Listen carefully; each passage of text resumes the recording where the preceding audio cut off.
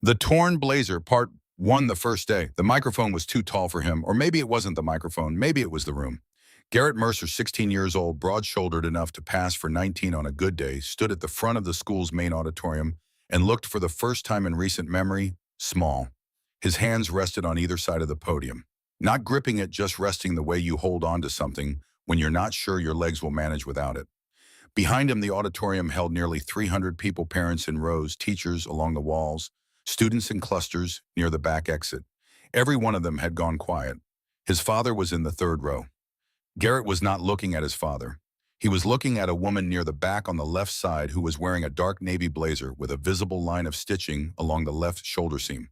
The kind of stitching you notice when you know where to look. She was looking back at him, and her face carried the expression of someone waiting for something they had been waiting for without knowing they were waiting. He opened his mouth, and he began. The voice on the narrator track settles low the way a man speaks when he has been around long enough to know that a moment like this one does not come from nowhere.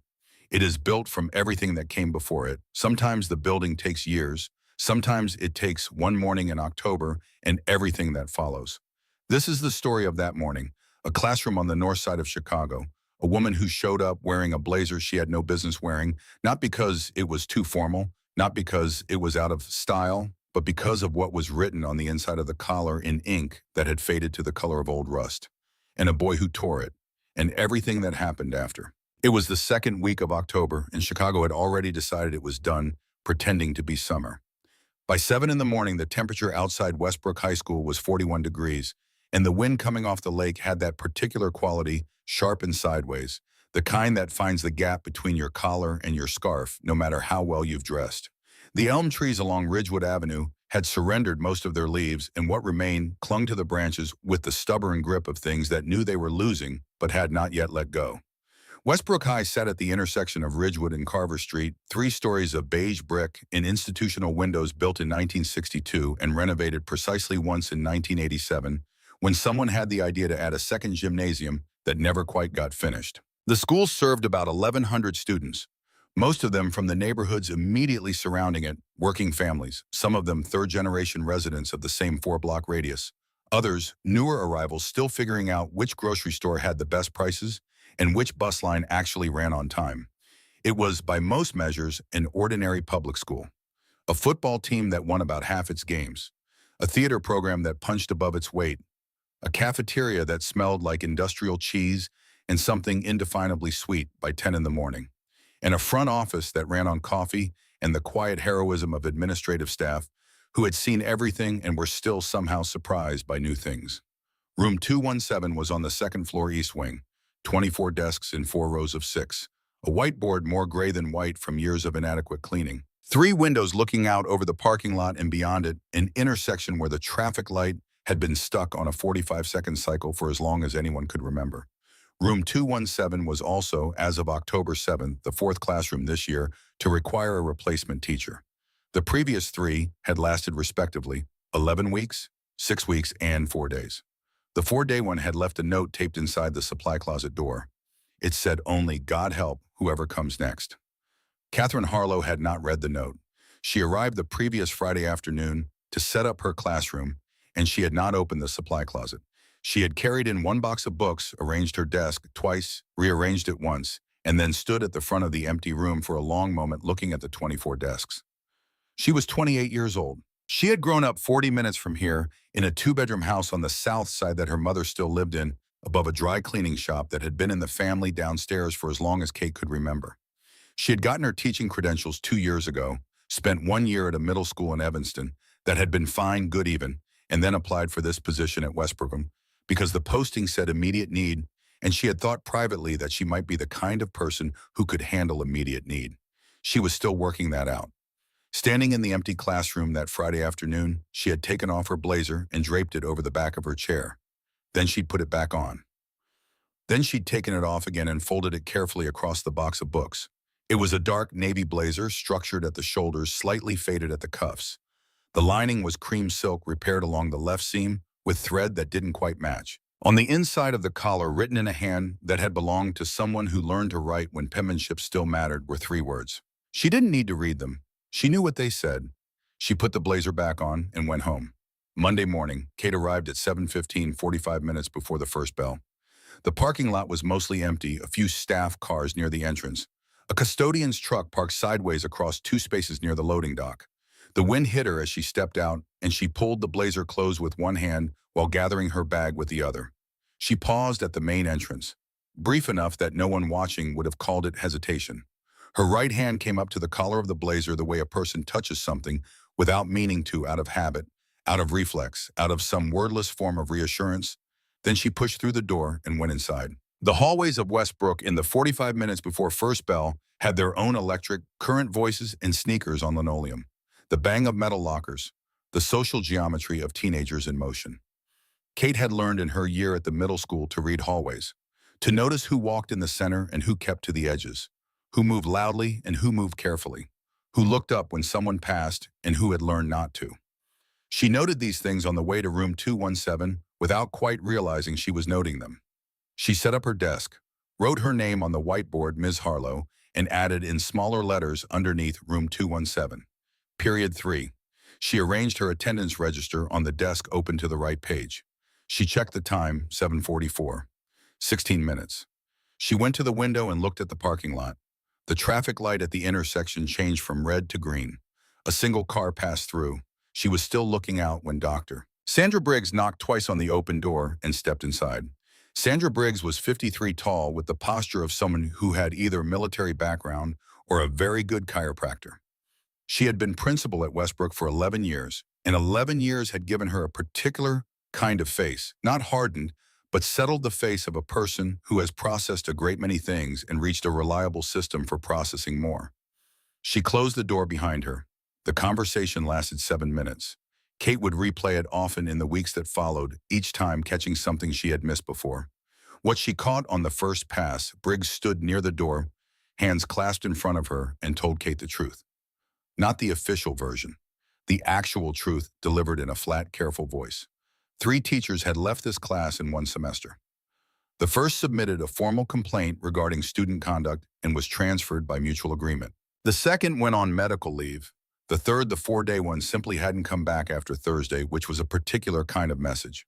One of the factors tying the school's hands was the name Mercer. Briggs said it without elaboration, watching Kate's face. Kate said she didn't know the name. Briggs nodded slowly as if unsurprised. She said the Mercer family had made a significant contribution to the school's athletic facilities 3 years ago. New gymnasium, she said. The one out back, the finished one. Kate looked at her. Briggs looked back. Then she said, I am not telling you this so that you will make accommodations you shouldn't make. I am telling you so that you are not blindsided. A pause. Then the previous teachers were blindsided. Kate thanked her. Briggs nodded once opened the door and left. Kate stood alone in room 217. She looked at the whiteboard. Ms. Harlow, room 217. She looked at the 24 empty desks. She touched the collar of the blazer. Then the bell rang. They came in the way teenagers always come in clusters in mid-conversation, in the performed indifference that serves as armor at 16. The first few took seats near the middle, the safe territory of students with no strong position to defend. Others filtered in behind them. Kate stood at the front register open and watched the room fill. She was reading the room's architecture, where the gravity centers were, where the edges were, who was watching whom. This was a skill that took time to develop, and once developed, never fully switched off. The back row filled last. Owen Pierce came in first, which was interesting because he was clearly not the leader. Stocky, wearing a brand-name jacket that looked new from 10 feet away and showed its age up close, the zipper pull replaced with a safety pin, the right cuff carrying a small burn mark, mostly hidden by rolling the sleeve. He took the back left desk and sprawled into it with the practiced ease of someone who has learned that taking up space is its own form of protection. Declan Webb came in 30 seconds later, leaner, moving with a coiled precision that suggested he was always running 2 processes at once, the visible one and something underneath it. He was, Kate would later learn, one of the 3 highest achieving sophomores in the school. This fact was invisible in his face and posture. He sat back right and took out his phone, which he did not look at. He simply held it like a prop in a performance he had rehearsed. Then Garrett Mercer. He came in at the trailing edge of the wave in the unhurried way of someone accustomed to rooms accommodating them. No anxiety about being last, because the last one in who is also the one everyone watches is not late. They are present. He was tall, broad across the chest with a jaw that had finished sharpening early. Gray Henley, dark jeans, nothing that announced anything which was its own announcement. He moved down the aisle between the desks with a loose stride and dropped into the center desk of the back row, the seat that was obviously by its position his. He did not look at Kate. This was intentional. The other students had given her the quick assessing glance that new teachers attract. Garrett looked at the back wall, at the window, at Owen briefly, and then at nothing in particular. Kate registered this. She gave him the same moment of attention she gave every student, long enough to see, brief enough not to require a response, and looked down at the register. "Good morning," she said. "I'm Miss Harlow, period 3 English." She said it simply, without the forced warmth that telegraphs insecurity and without the performed authority that telegraphs the same thing from the opposite direction. She began roll call, 23 names. Methodical, face by face, building the map. Every teacher builds in the first week this name, this face, this position in the room. Most students answered with a single syllable acknowledgement that is the teenage equivalent of here. A few said yes. One girl near the front window said present, which made 2 students exchange a quick look that meant something. Kate filed away for later. She came to the back row. Owen Pierce. Here. Declan Webb. A beat shorter than a pause, longer than nothing. Then here. She made the note, moved down the list. Garrett Mercer. Nothing. She looked up from the register. He was looking at her now, for the first time directly. His expression hadn't changed, the same neutral set of the jaw eyes that gave away nothing but. He held her gaze with a steadiness that was its own kind of test. A great deal was being measured in this moment, and he knew it, and he wanted her to know he knew it. She did not look away first. Neither did he for a moment long enough to be felt by the students nearest the back row.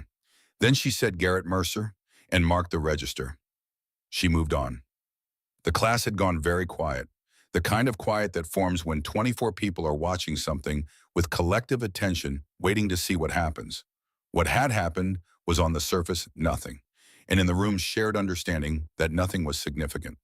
Kate finished roll call, set the register down. She began to describe the course, what they would read, what they would write, what she expected, and what she would give in return.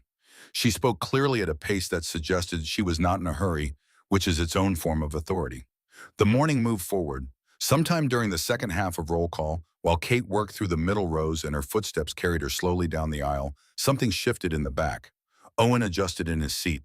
Declan's hand moved, phone tilting. Garrett's eyes tracked Kate's progress with the attention of someone running a calculation. She had reached the third from last name. Her back was partly to the window. She was about 8 feet from the back row. She was 6 feet away when Garrett moved. Fast. Not lunging, nothing so dramatic, but the practiced speed of a prepared gesture, his hand reaching across the gap between his desk and the aisle, fingers closing around the lapel of her blazer, and then a hard, sharp pull. The sound was very specific. A clean tear. The kind that means the fabric was old and had been in some sense waiting for exactly this moment. It lasted less than a second, and then the room was absolutely silent. Kate stopped moving. She stood very still. Her right hand came up, not toward Garrett, not defensively, but toward the tear itself. Her fingers found the ragged edge of the lapel. She looked down. The left lapel had been pulled away from the shoulder seam, a ragged diagonal tear of about 4 inches. The cream lining was exposed, and on the inside of the collar, visible now through the angle of the tear, 3 words in rust-colored ink were briefly partially legible. 2 students in the front rows gasped. Several others went rigid with the stillness of people who do not want to be noticed. From the back left, Owen's voice performing the delight the moment required of him. "Oh man, nice look, Teach." Declan said nothing, but his phone had moved. Garrett leaned back in his chair. His expression had shifted, not quite a smile, but occupying the same approximate territory. He was waiting for her reaction. They were all waiting. This was in their collective understanding the moment. Whatever she did next would set the terms for everything that followed. Kate Harlow did not yell. She did not reach for her phone or the classroom intercom. She did not perform the tight-jawed, controlled expression of a teacher absorbing an injustice and calculating consequences. She did not do any of the things that 24 students' combined experience told them she was supposed to do. She looked at the tear for a long moment. Something moved across her face, not performed composure, but something less managed than that. There was a line between her eyebrows that came and went. Her jaw moved slightly as if she had begun to say something and reconsidered. Then she lifted her head and her eyes found Garrett, and what was in her face was something no one in that room could have named on first viewing. Not anger, not the kind of hurt they were expecting. It was something closer to recognition, the expression of a person who has just heard a sentence they have heard before spoken in a slightly different voice. She said, "Do you think tearing clothes can tear a person's respect?" Her voice was not raised, not tight with controlled anger, just her voice at normal volume in a room so quiet that normal volume filled it completely. The few students who had started to snicker following Owen's lead performing the expected response stopped, not because they were commanded to, but because the room had shifted and they had shifted with it without understanding why. Garrett's expression changed again. Something moved across it quickly like a change in light and was gone. He said nothing. Kate looked at him for one more moment. Then she looked at the class. She picked up the torn lapel, folded it carefully over so the tear was not visible. A gesture that was not about concealment, but about putting a thing in its place, and walked to the front of the room. She stood behind her desk and she looked at 24 faces and she said, "I grew up about 40 minutes from here. South Side. We didn't have much, and I'm not telling you this to make you feel sorry for me. I'm telling you because you should know who's standing in front of you." She paused. "I wore the same 3 outfits on rotation for most of middle school because that was what there was.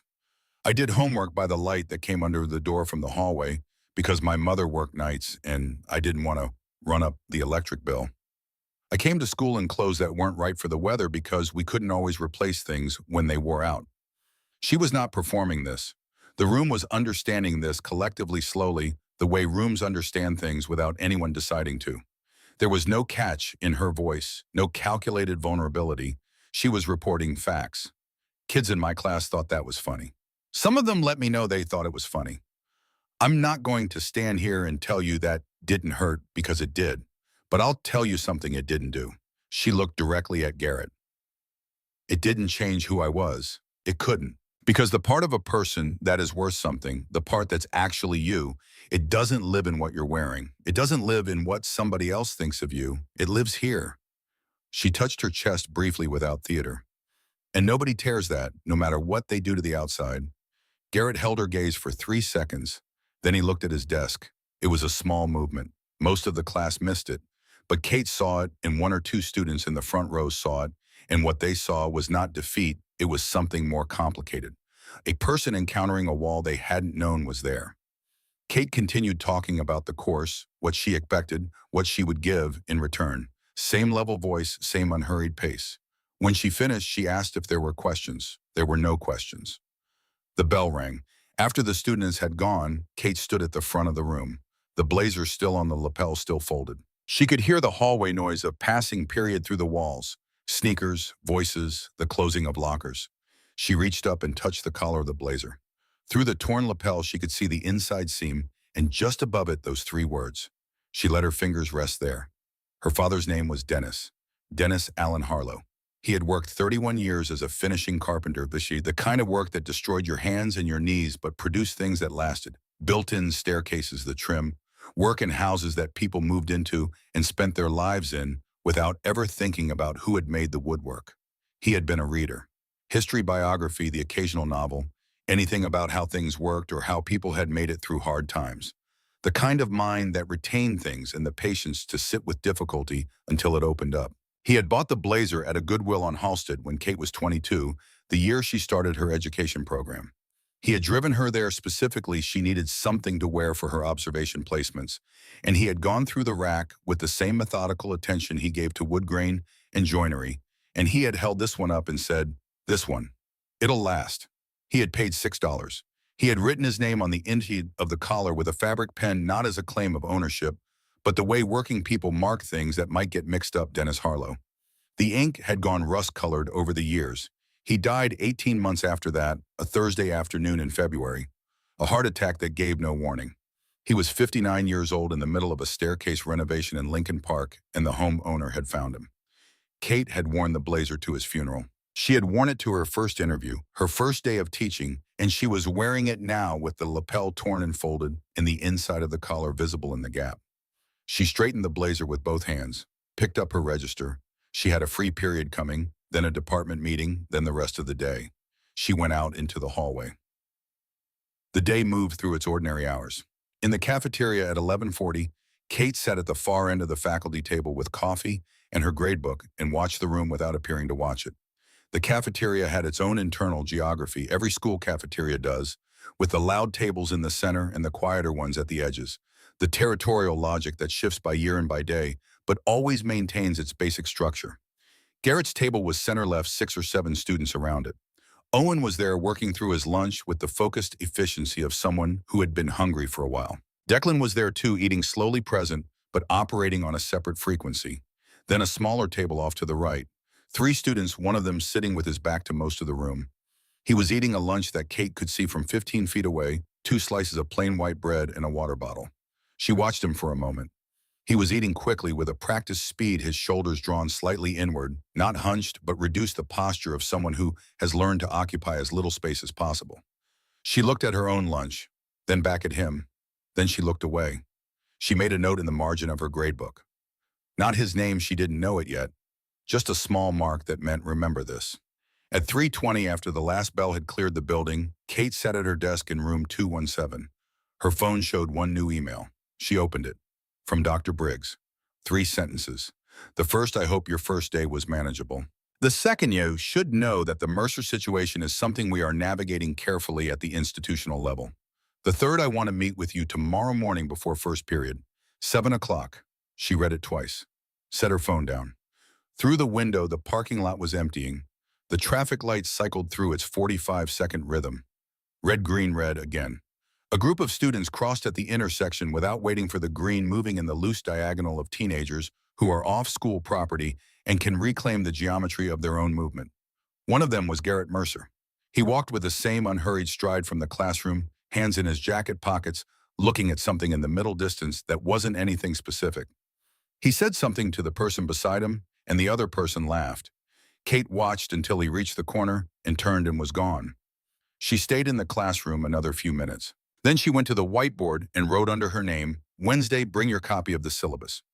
She picked up her bag and turned off the light. She did not know, could not have known, standing in the doorway at 3:38, that Garrett Mercer was at that exact moment sitting on the steps of the public library branch on Carver Street, not there to use it. She did not know that he had his phone out and was turning something over in his other hand. Something small. A piece of torn fabric folded once that he had put in the pocket of his jacket after the tear and had not yet taken out again.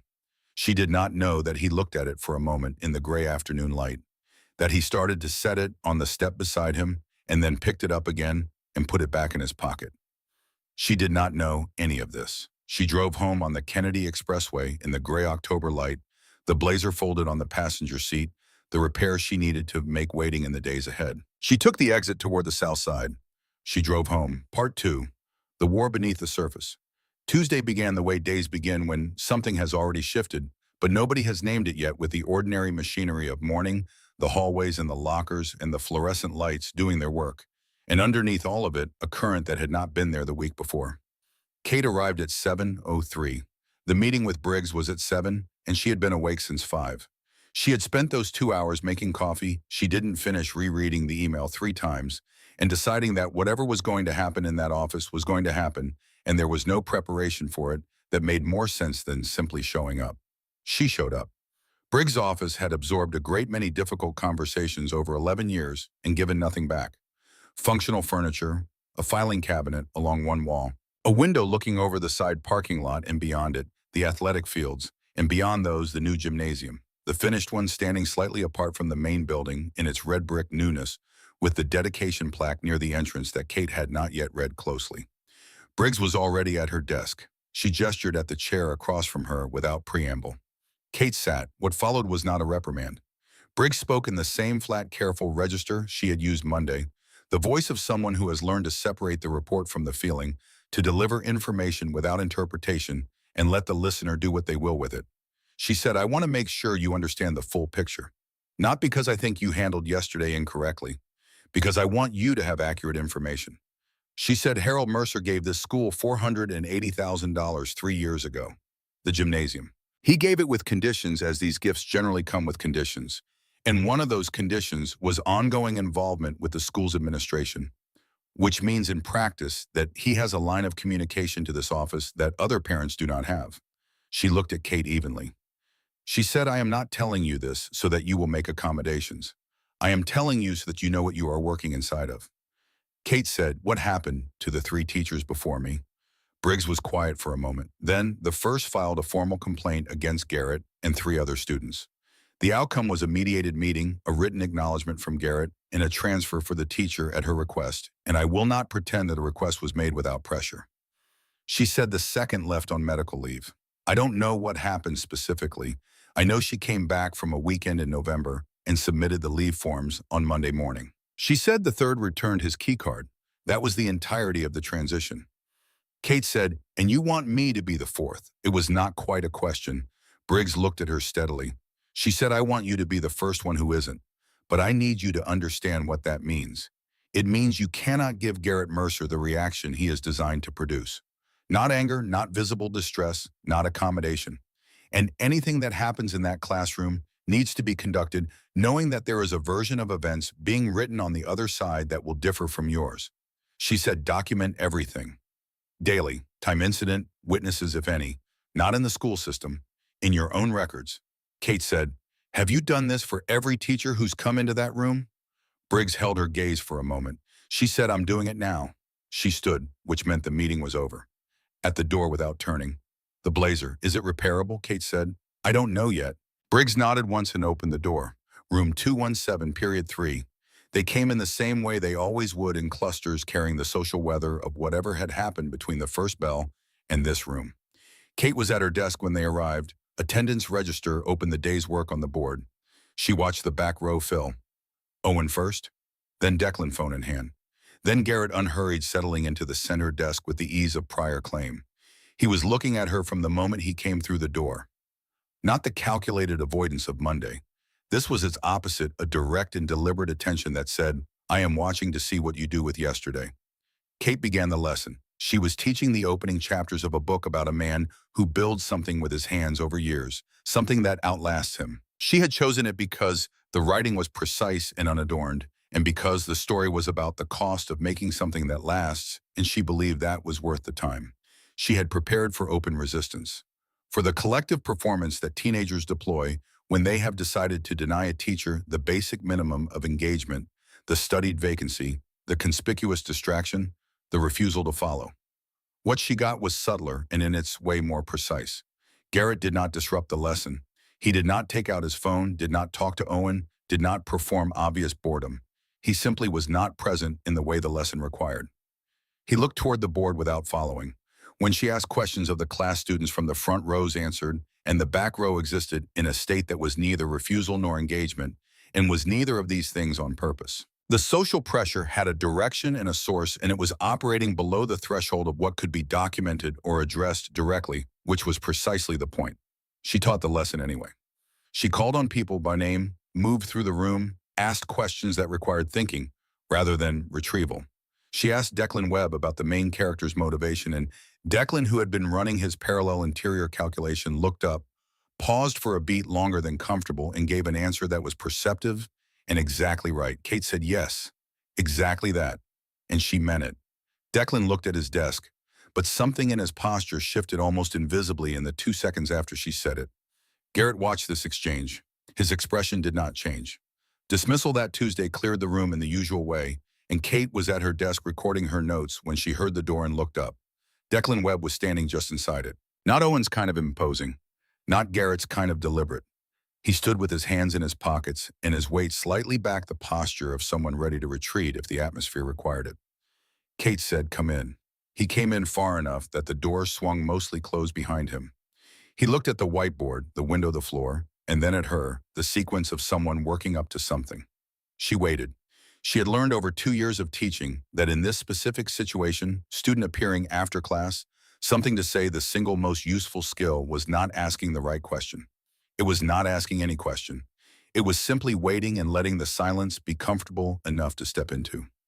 He said, "You know, he does it to other people too." His voice was quiet and even organized before speaking. Kate said nothing. He said, "Not the same way. It's not identical, but there's a version of it, for people like me." She let a moment pass. She said, "What does that look like?" He was quiet for several seconds. "Then my parents are getting divorced. The way the lawyer situation works, they're both arguing about me, about my grades, my future, who gets to take credit for what I do, and who gets blamed for what I don't. And Garrett knows about it because I told him last year before I understood what he does with things people tell. He looked up. He said, he doesn't threaten me directly. He doesn't have to. He just reminds me occasionally that he knows. And that's enough. Kate said, how long has this been going on? He said, 2 years. The word landed in the room with a weight out of proportion to its size. 2 years was seventh grade. The transition when everything is already in motion and unstable, and a person is most exposed to being shaped by things that should not be shaping them. She said, have you told anyone? He said, I'm telling you. She held his gaze. She said, that took something. He looked at the floor. He said, I don't know if it means anything. She said, it does. He nodded once, picked up his bag from by the door and left. The door swung open and fell back, and his footsteps moved down the hallway. She sat with it for a moment, the specific weight of a conversation in which a person tells you something they have been carrying alone for a long time, and you understand that the telling is not the end of anything but the beginning. She looked at the blazer on the hook behind her desk. The lapel still folded back, the tear held in place by the fold. She could see the edge of the cream lining. She thought about what Briggs had said. Document everything. And underneath that, the thing Briggs had not said but which had been present in the room. You are being watched from a direction you cannot always see. That Tuesday evening in a large house on the northwest side, Garrett Mercer sat in a kitchen that had the quality of a room used primarily for appearance. Counters always clean because nobody cooked in them. Harold Mercer at the table. Harold was 51 with the build of someone who had been athletic in his 20s and had since redirected that energy into a different kind of physical confidence, the kind that comes from a body accustomed to being listened to. He was a contractor who no longer swung hammers, but who knew which questions to ask and which numbers to watch. He had built a business over 20 years that now employed 63 people and touched half the commercial real estate development on the northwest side. He had served 2 years in the Army between high school and the trade, not long enough to make him a veteran in the way that word carries weight, but long enough to have shaped how he understood authority and what it was for. He did not talk about those years. They were simply present in how he moved through rooms. He was reading something on his phone when Garrett came in and did not look up immediately. After a moment, he said, how was school? Not quite a question. The inflection flat procedural, the way you ask something when the answer is not what interests you, but the asking is required. Garrett said, fine. Harold looked up then. The same jaw Garrett had, the same broad-set eyes. He looked at his son the way he looked at a situation, assessing it rather than engaging with it.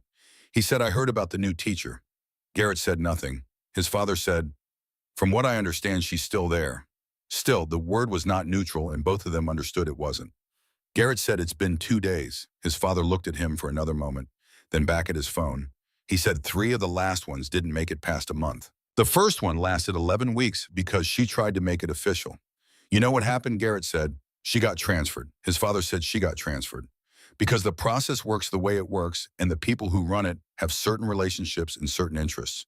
That's just the world. He set his phone down. He said, the ones who try to appeal to something. Dignity, respect, that kind of language. They last a little longer, but they end up in the same place. He picked up his phone again. The conversation was over. He said without looking up, just let me know if anything changes. Garrett stood in the kitchen for a moment. Then he went upstairs. He sat on the edge of his bed. His jacket was on the chair by the desk. In the interior pocket was the piece of torn fabric folded once. He had not taken it out since the library steps. He did not take it out now. He lay back and looked at the ceiling. After a while, he took out his phone and opened the school's informal social media, the one everyone used and no one administered, where things appeared and spread with no official accountability. He typed for a few minutes. He posted. Then he put his phone face down on the bed and stared at the ceiling in the dark. Wednesday. Kate arrived at 7:20 with coffee from the shop on Ridgewood, the one that had been there since before the school was built, judging by the sign. She had slept better than Monday. Not well, but better. She parked in the faculty lot, gathered her bag, got out of the car. She almost missed it. Wedged under the driver's side windshield wiper, not a flyer, not an advertisement. An envelope. Business size, white, unsealed. No name on it, but placed with deliberate precision on her specific car, which meant someone had known her car, which meant this was not random. She stood in the parking lot and looked at it for a moment. The morning moved around her other cars, arriving staff walking toward the building, the custodian's truck in its usual position near the loading dock. Nothing paying attention to her. She took the envelope. Inside was a small card with an embossed border, the kind that comes with flowers. On it, in handwriting that was practiced and clear, the hand of someone who had written a great many things in this way over a long time, were 6 words. Smart women know when to walk away. No signature, nothing else. Kate read it twice. She stood in the parking lot and looked at the school building and the new gymnasium beside it, the dedication plaque near the entrance catching a little of the flat October light. She understood several things at once. This had not come from Garrett. The handwriting was not a teenager's, and the calculation behind it was not the calculation of a 16-year-old, however sharp. This was a different intelligence, one that had moved past the need for direct confrontation, because it had learned over decades that direct confrontation is less efficient than other methods. Someone had been watching closely enough to know her car and her schedule. The gesture was not threatening in any documentable way. It was something more targeted, the quiet suggestion that the situation had already been assessed by someone with the resources to assess it thoroughly, and that she was being given the courtesy of knowing before anything further was necessary. Smart women know when to walk away. She stood there for another moment. She put the card back in the envelope, put the envelope in the outer pocket of her bag, walked into the building. Period 3 that day had a different weight, and not only because of what Kate was carrying. She had learned about the social media post from a colleague in the faculty lounge before first period. Marcus, a younger teacher who had the look of someone delivering bad news he hadn't asked to carry. She had not gone looking for the post. She had thanked him, gone to her classroom, and written the day's work on the board. The room knew something. Not all of them, not precisely, but the information had moved through the school's informal channels overnight, and some version of it had reached most of the students in period 3 by Wednesday morning. Some of them looked at her differently than they had on Monday or Tuesday, not unkindly some of them, but with the attentiveness of people updating their read on a situation. The back row was the same. Owen, Declan, Garrett. Garrett watching her again with that direct measuring attention. She began the lesson. She was in the second section of the book, the part where the man realizes the thing he is building will not be finished in his lifetime, where he has to decide whether to continue anyway. She had not chosen this section for any reason other than that it was the right section for this point in the book, and the writing in this part was particularly fine. She read a passage aloud, 3 paragraphs. She read slowly, the way that lets words exist at their full weight, and the room was quiet in a way that was different from the carefully maintained disengagement of Tuesday. This was real quiet, the kind that forms when people are actually listening. She looked up when she finished. 24 faces. Not all equally present. A few in the middle rows were doing the barely there attendance of students who are physically in the room and mentally elsewhere. But most of the room was with her. In the back row, something had shifted. Owen had his chin in his hand, looking at the board with an expression that was not quite engagement, but was no longer its opposite. Declan had placed his phone flat on the desk, face down, and Garrett was reading the passage she had copied on the whiteboard, or had been reading it, and had not yet decided what to do with having read it. His jaw was slightly less set than usual. Not open, just less closed. She asked, "What does it mean to build something that outlasts you? Is it a gift or is it a burden?" The question settled. She waited. A student named Priya in the second row said, "Both. The gift part is that it keeps going.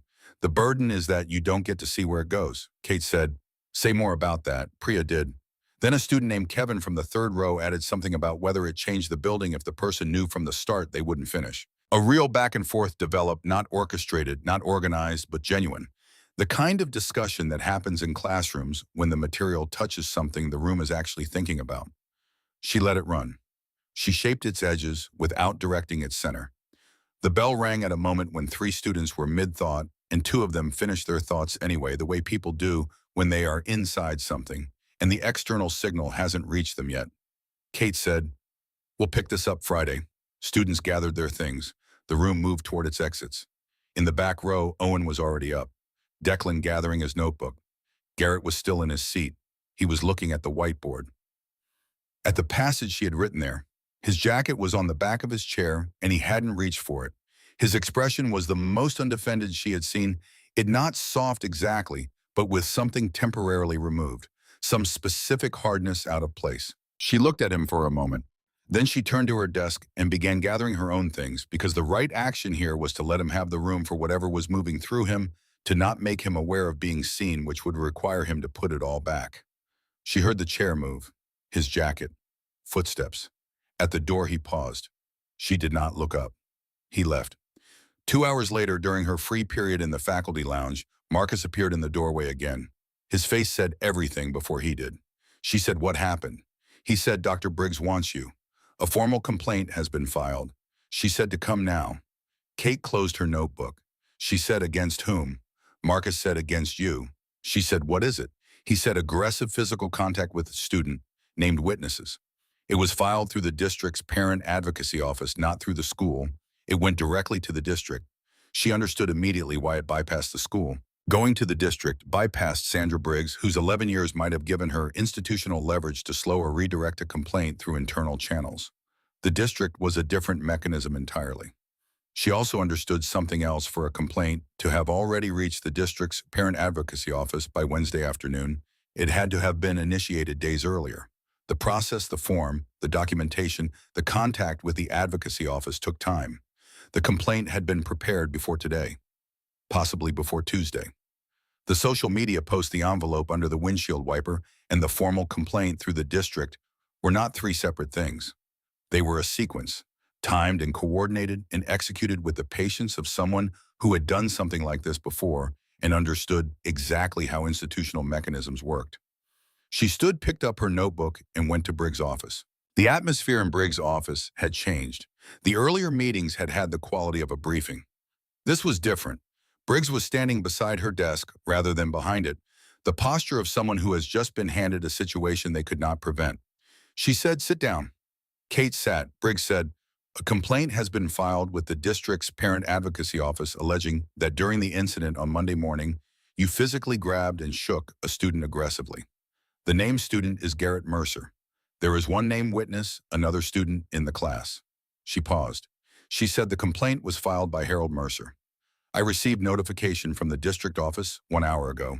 Standard procedure requires that I place you on administrative leave pending investigation. I am telling you this before I process the notification because you deserve to hear it from me directly." Kate said, "I never touched him." Briggs said, "I believe you." The two sentences occupied the same space and neither one canceled the other. Kate said, "The named witness." Briggs said, "A student I cannot name at this stage. I can tell you this student does not, in my judgment, have a reliable history in situations like this." She said, "That judgment is not something I can include in official communications." Kate said, "How long does the investigation take?" Briggs said, 5 to 10 business days standard. It may be shorter. You'll receive district notification directly. She said, "I need you to understand I am doing what I can within the constraints of what I'm permitted to do. And I need you to understand the constraints are real." Kate said, "The gymnasium." Briggs held her gaze. She neither confirmed nor denied this because she could not officially. But she did not look away. Kate said, "If I wanted to build a case," Briggs said, "you would need witness statements from students who were present, filed independently, not through the school. And you would need them quickly before accounts are affected by what students hear from each other." She said, "I can't advise you to do that. It is not within my role to advise you." She said it with a precision that was its own kind of instruction. Kate stood. She said, "Thank you." Briggs said, "Catherine." Kate stopped. Briggs said, "Please be careful." She said it quietly, not a procedural statement. The kind of thing people say when they have watched a pattern before and are watching its early stages begin again. Kate thanked her and went to get her things. Room 217 was empty at 4:15. She had been given the rest of the week off, effective immediately. A substitute had already been called. She stood in the empty room and looked at the 24 desks. The whiteboard still held the passage from this morning, the discussion question, the note about Friday. Someone would erase it. She took the blazer from the hook behind the desk. She held it in both hands and looked at the torn lapel. The ragged edge, the cream lining folded over. On the inside of the collar, her father's handwriting in rust-colored ink. She folded the blazer over her arm. She packed the last of what she needed, the separate notebook, her own copies of the attendance records, and walked to the door of room 217, turned off the light, and went down the hallway and out through the main entrance. 4:22.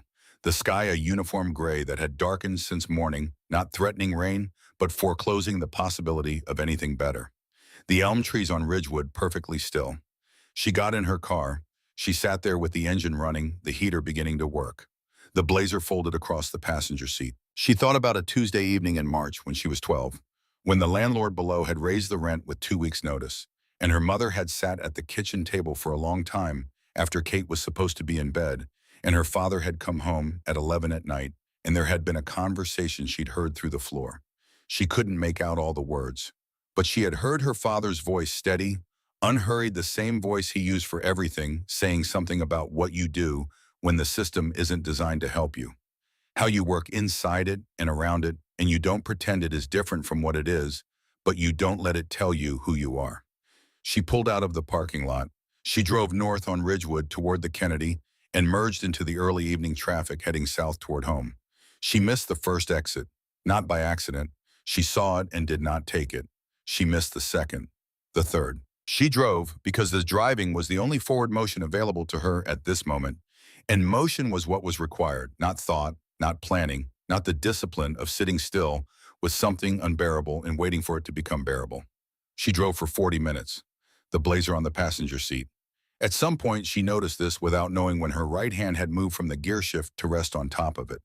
During those 40 minutes, in the formless way that understanding arrives not through reasoning, but through the body's insistence on movement, she understood something.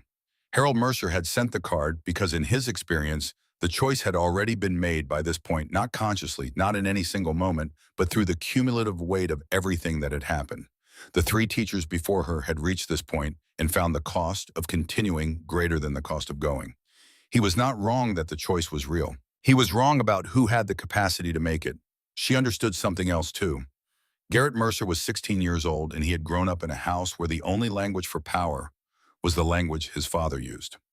The card under her windshield wiper, the formal complaint through the district, the calculated timing, these were things Garrett had not invented. He had learned them, the way children learn the language of whatever house they grow up in. Not by choosing it, because it was what was spoken. And children growing up inside systems learn to do what the system does. Then they become the system, and the system keeps going.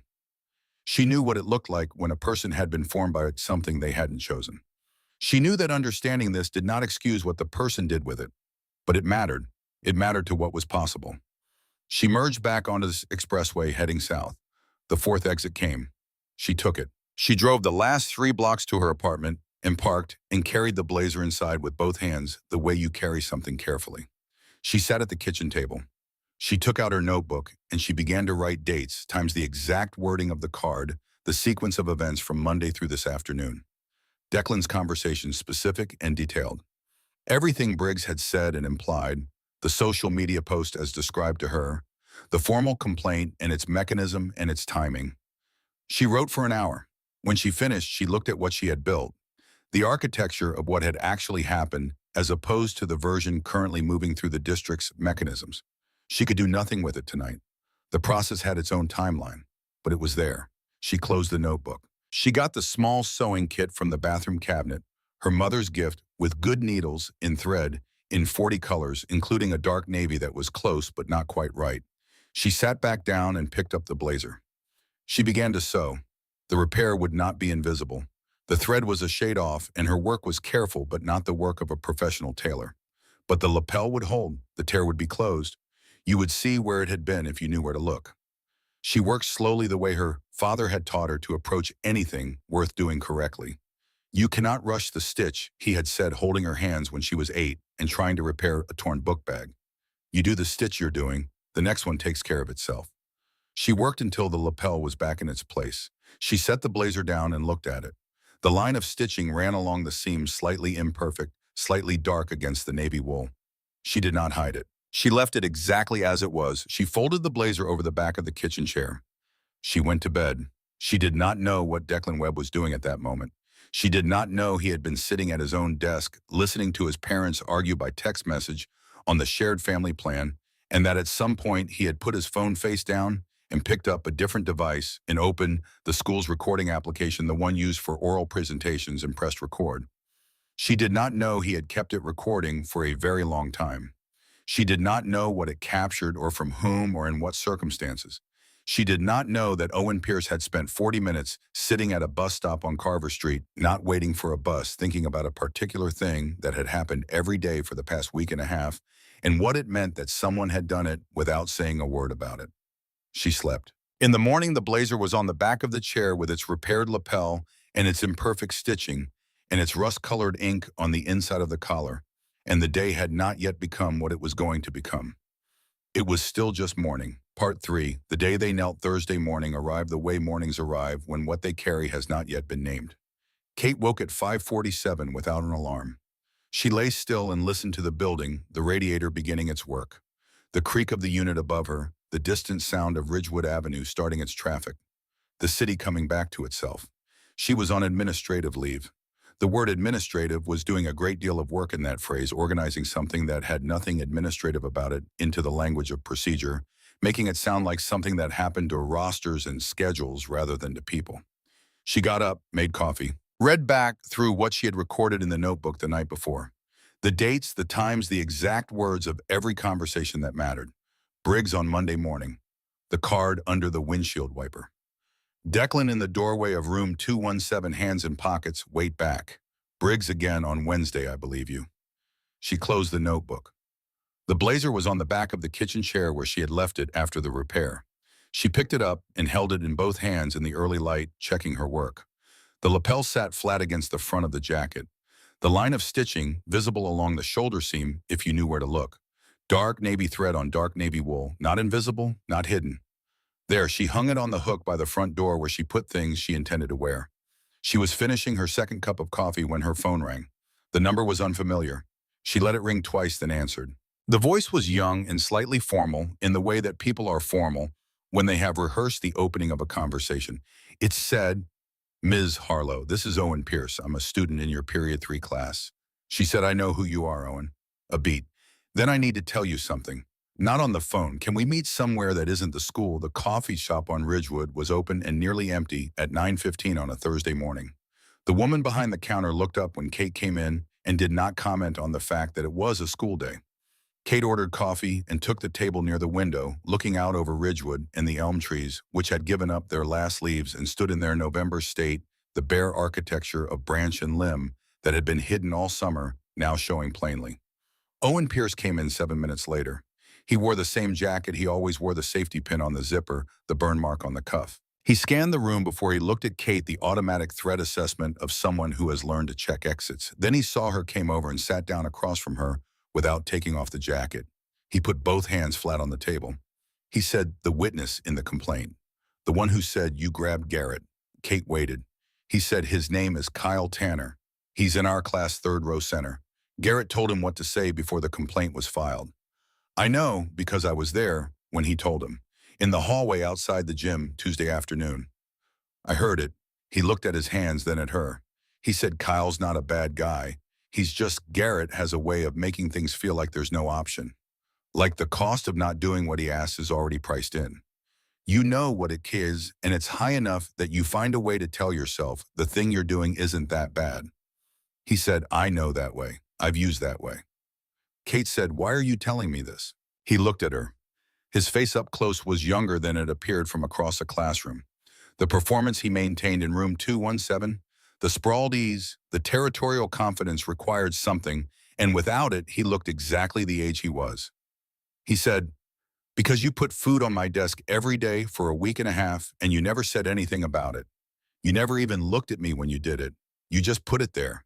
He said, "Nobody has done something like that for me in a while. I'm not saying that to make you feel anything. I'm just telling you why." He looked out the window. He said, "I'm going to go to Dr. Briggs this morning and tell her what I heard.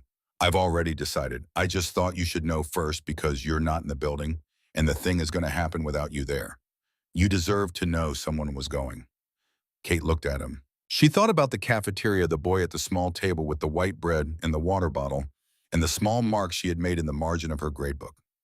Not his name, just a mark that meant "remember this." She said, "Do you understand what it might cost you if Garrett finds out?" Owen said, "Yeah." She said, "Have you thought about that?" He said, "Yeah, I've thought about it." He paused. "I've also thought about the fact that it's easier for me right now than it would have been 6 months ago. My family's situation, some things have changed. We moved. He doesn't have the same information about me that he used to have." He said it plainly without elaborating. The leverage had changed because the circumstances had changed. Kate understood this without needing more of it.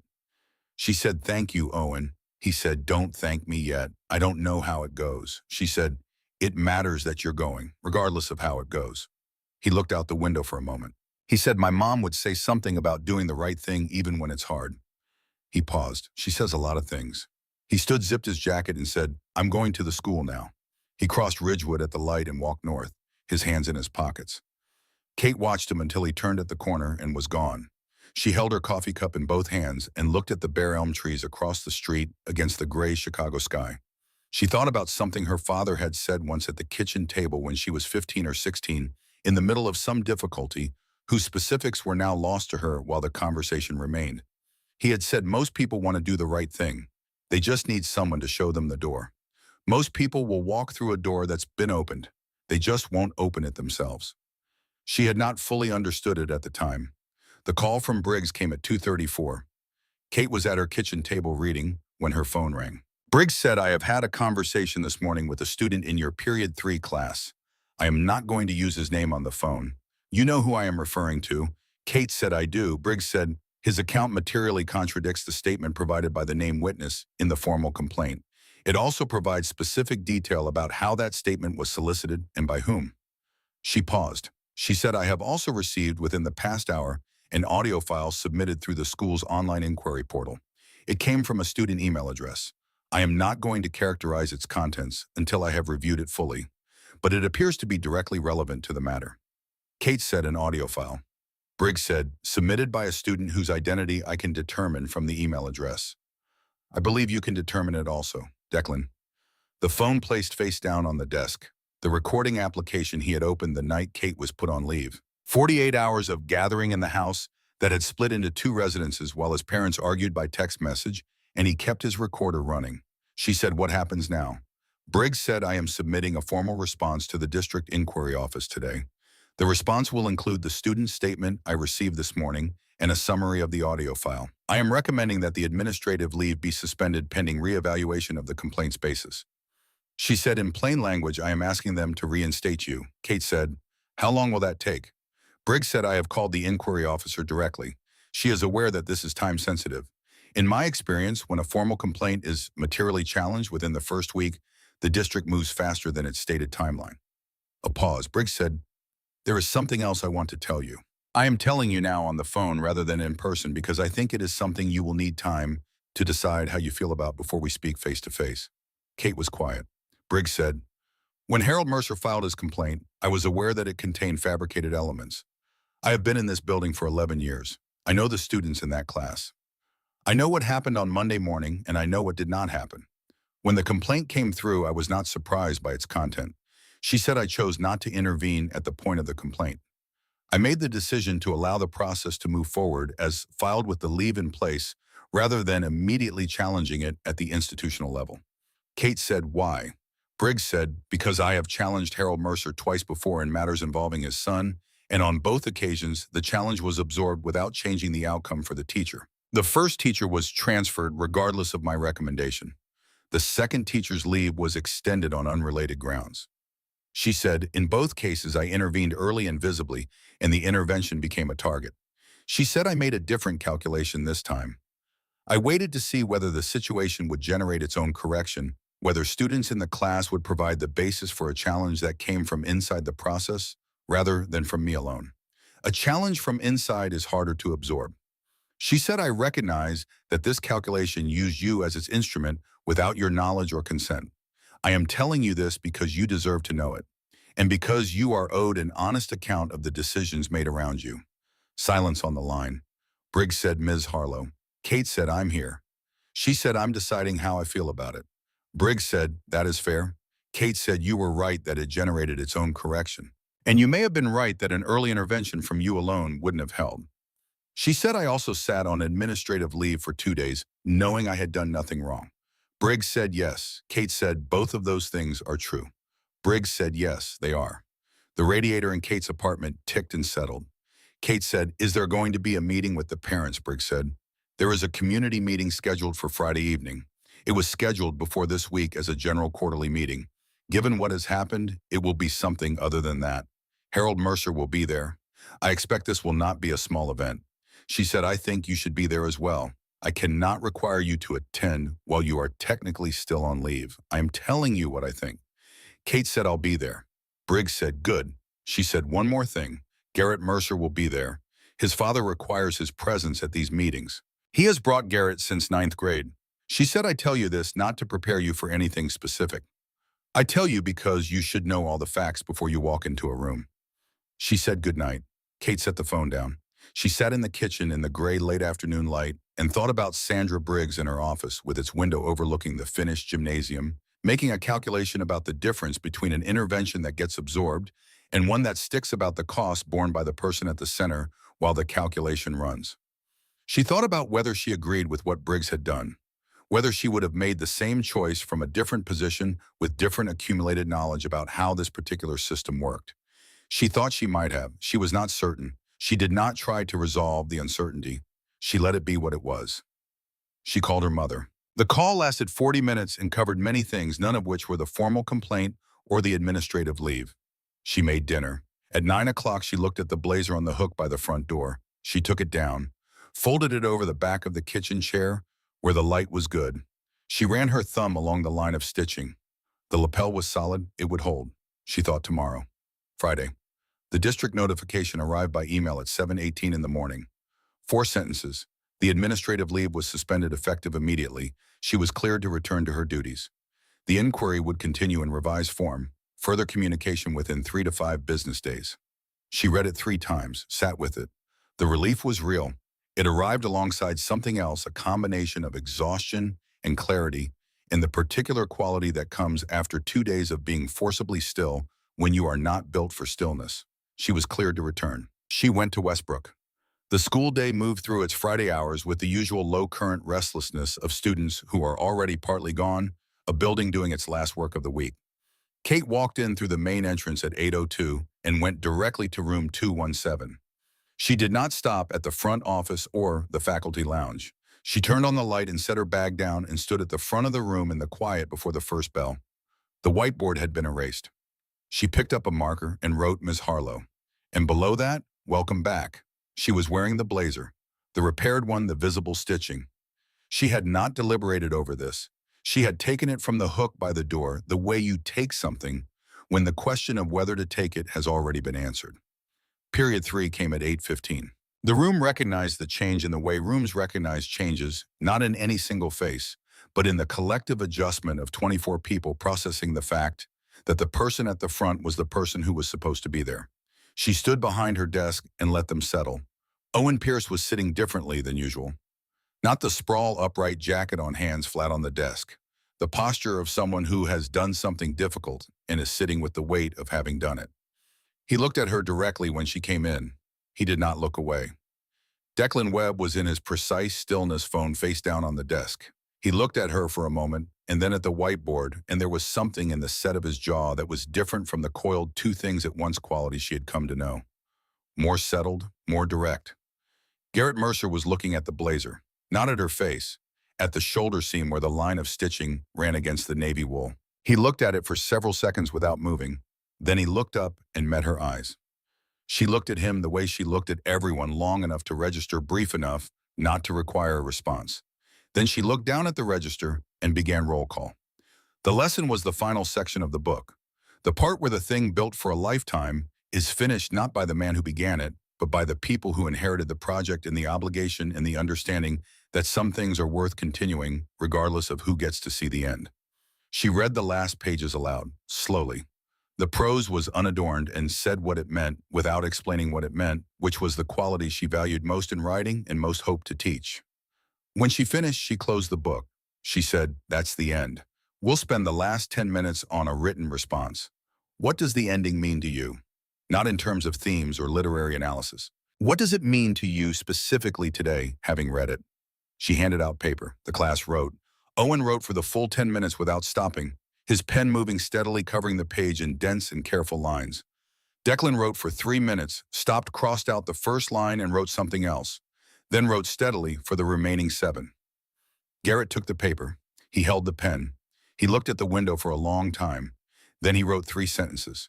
She could see their shape from the front of the room, 3 discrete units of thought. He looked at them. He did not add to them. The bell rang. She said, "Leave the papers on your way out." Students filed past her desk, setting their papers in the stack. Owen left his on top and looked at her. He said, tonight's the quarterly meeting. She said, I know. He said, a lot of people are coming. She said, good. He nodded once and went out. Declan set his paper in the stack without stopping. His own version of communication, he had already said what he came to say through other means and did not require acknowledgement. Garrett was last. He did not put his paper with the stack. He came down the aisle and placed it on her desk, separately face down. Then he turned toward the door. At the door he stopped. He stood with his back to the room. He said without turning, the meeting tonight. She said yes. He said, my father makes me go to those. She said, I know. A beat. He said, I'm not him. She did not say anything. She waited. He turned slightly, not all the way enough to show his edge of his profile, his father's jaw. He said, I didn't know about the card on your car. He did that without telling me. She said, I believe you. He turned back to the door. He stood there another moment. Then he went out and his footsteps moved down the hallway and did not stop. She stood at the front of the empty room. She picked up the paper he had placed face down. She turned it over, 3 sentences. The first, he built it because it was worth building, not because he'd be there to see it finished. The second, I think that's harder than it sounds. The third, I don't know yet if I'm capable of that. She set the paper down carefully. She looked at it for a moment, then she put it in the back of her notebook behind everything else. The community meeting was held in the school's main auditorium at 7 o'clock in the evening. By 6:45, the parking lot was nearly full, which was not usual for quarterly meetings.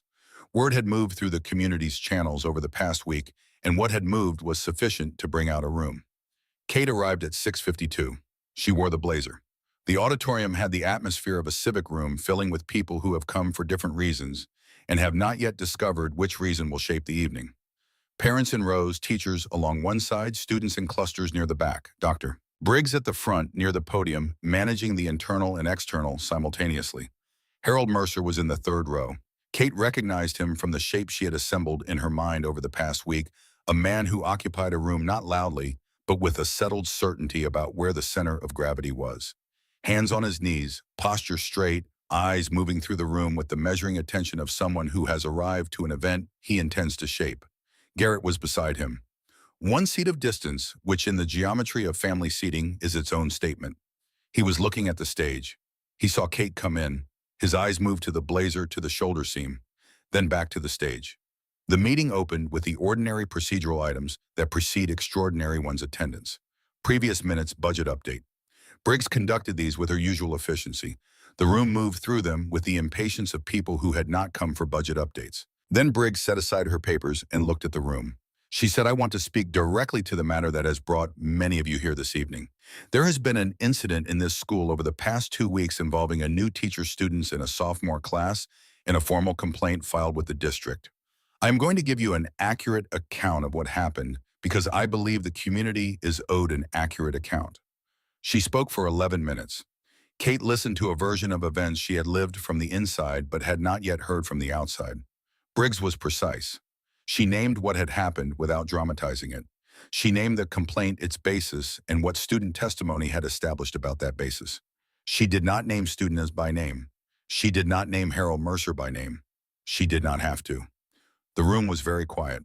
When Briggs finished, she said, I will take comments. Harold Mercer was on his feet before Briggs completed the sentence. He was composed in the way of a man who has prepared for this moment and believes he knows how it will go. He said that the school's characterization of the complaint was prejudicial and procedurally inappropriate for a public forum. He said his son's welfare had been inadequately protected by this administration. He said he intended to pursue the matter through appropriate channels. He said it without raising his voice and sat back down.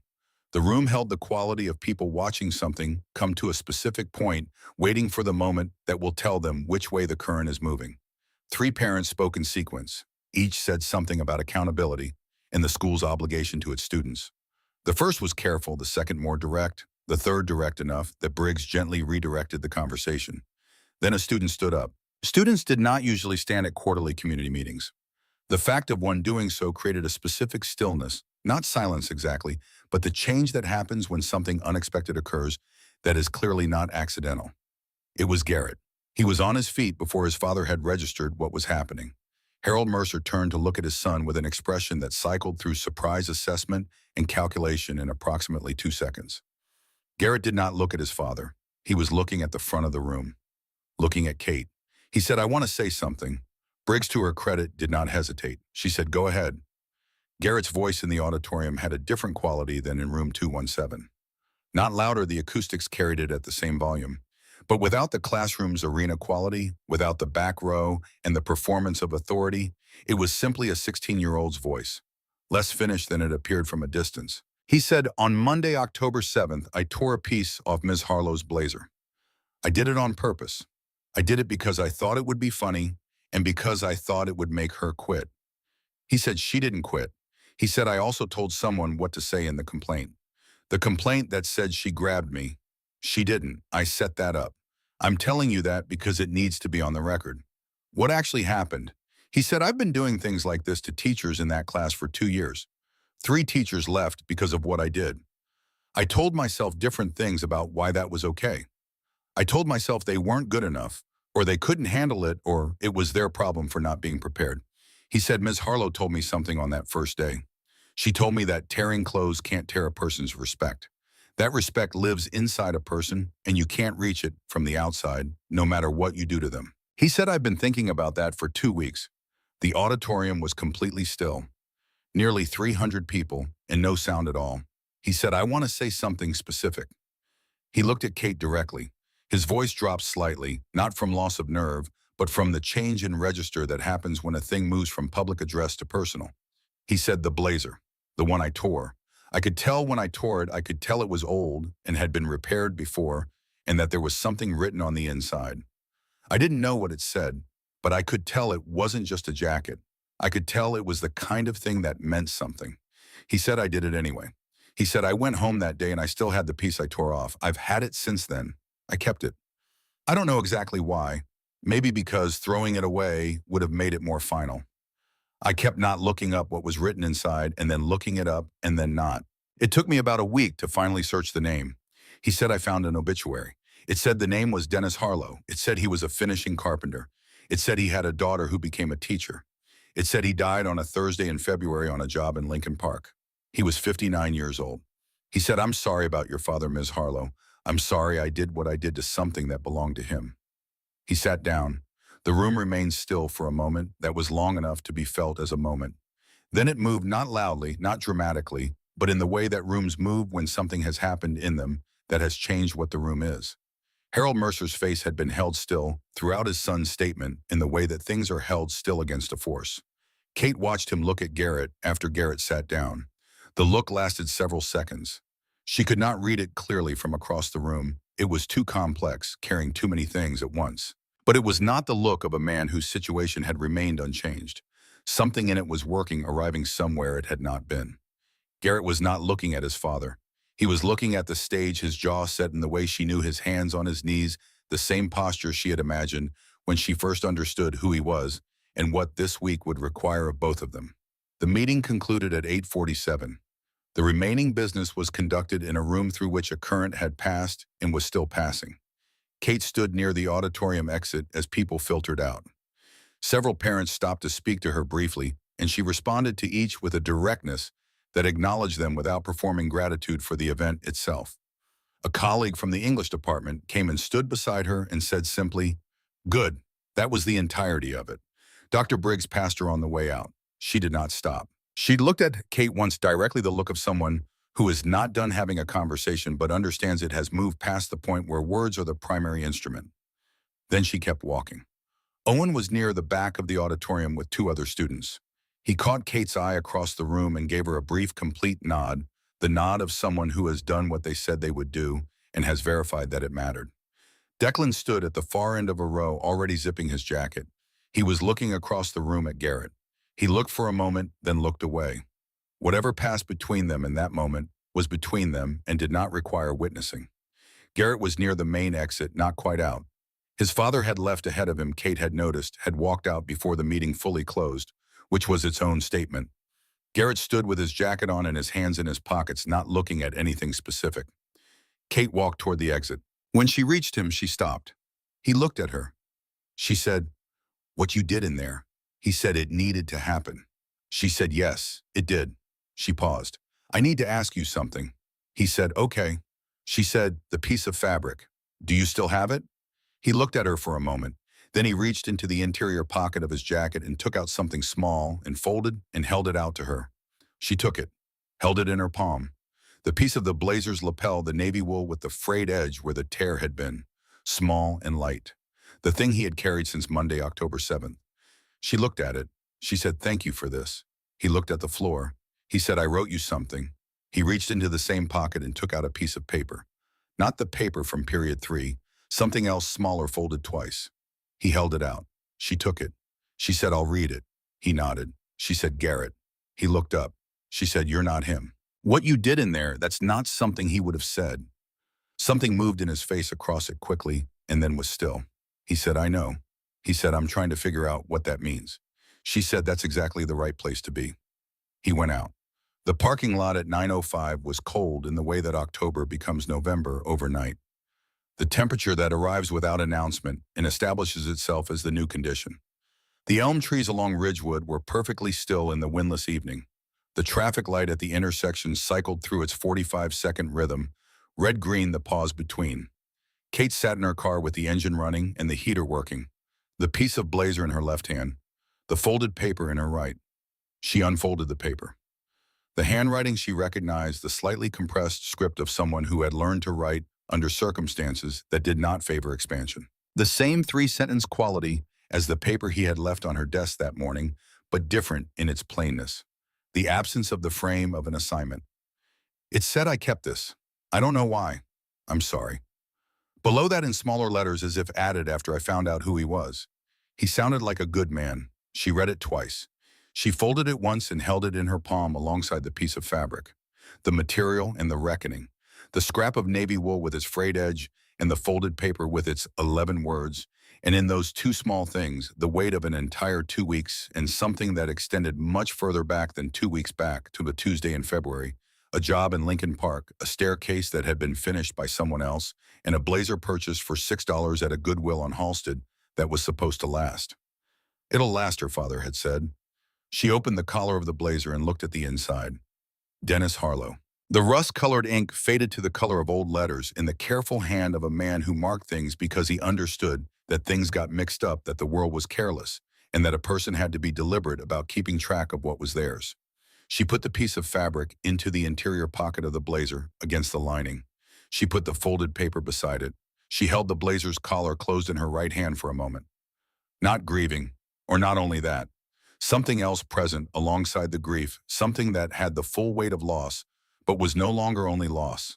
Something that carried also what he had given and what he had built and what he had said once at the kitchen table about showing people the door and what it means when someone walks through it.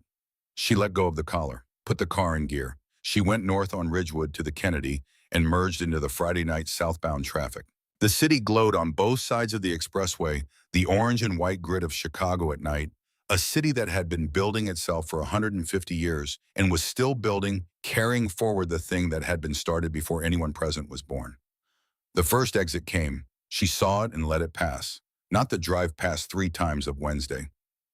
Something different. A choice with a different quality, not avoidance, not inability to go home. More like needing to be in motion for one more mile, to stay inside the forward momentum of the evening for a little longer before she let it settle into the past. The second exit, she drove.